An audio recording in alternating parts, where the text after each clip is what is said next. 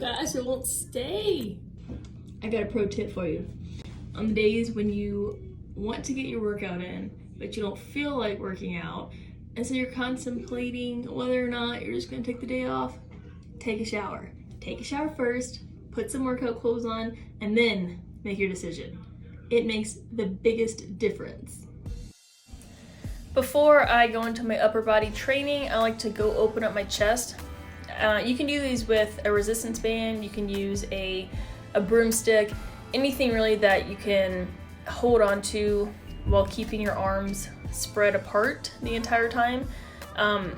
This, you'll feel it in, at least for me, I feel it in my chest and my biceps the most, which tend to be the tighter areas for me. I don't generally keep track of the reps that I'm doing on this. I just go until I feel my body is nice and opened and loose and released from any tightness that I might be feeling prior to stretching. The first exercise I'm doing is lateral raises.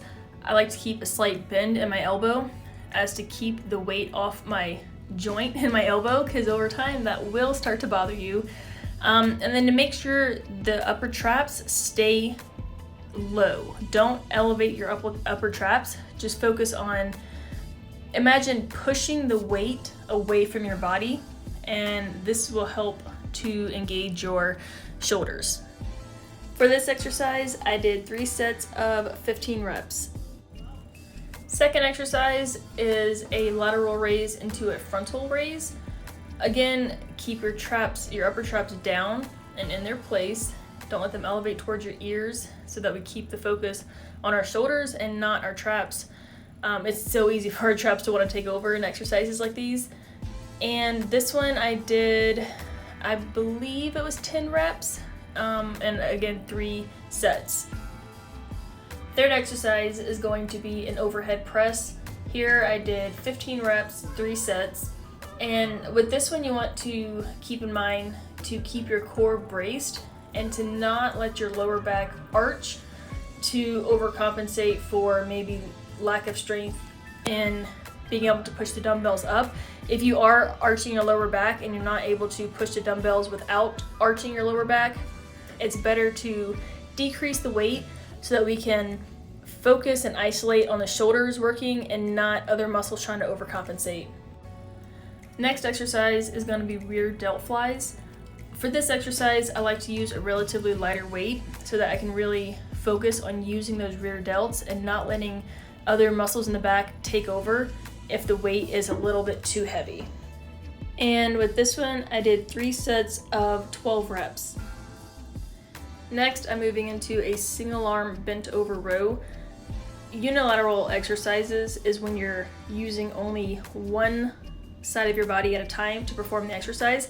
And this is super beneficial to help correct muscle imbalances and to be aware of which side of your body is stronger. So I definitely recommend using unilateral exercises in your routine. Here I'm doing 15 reps and 3 sets of this specific exercise. Moving on, I'm doing some dumbbell pullovers. This exercise will target your lats as well as your mid traps, but it's important on this exercise to keep your core braced and not to let your back, well, any part of your back, but especially your lower back, arch as you lower the weight. You want to stay in control and just go slow and controlled and focus on where you want to feel this exercise. Again, with this one, I did 3 sets of 15 reps.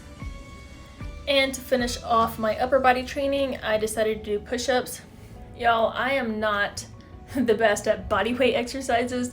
Push-ups is one of my weaknesses. I generally do them from my knees, but I want to be able to do them from my feet, so I decided to try this band, and it works wonderfully.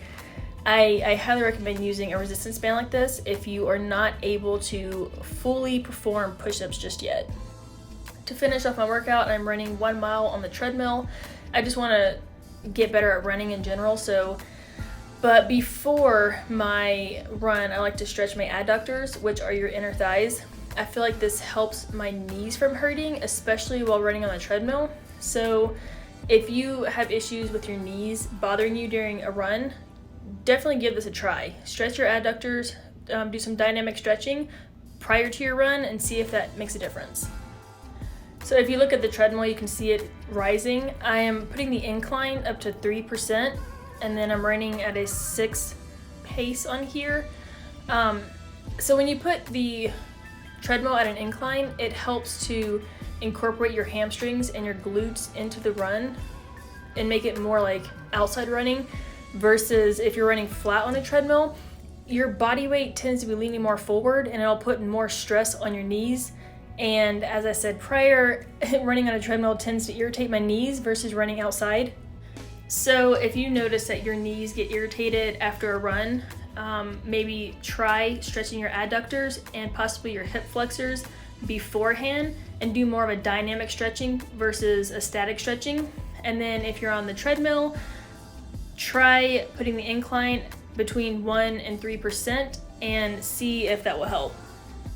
It definitely made a huge difference for me, and I no longer have achy knees after running on a treadmill. So that is the end of this video. I really appreciate you watching it, and I will see you in the next one.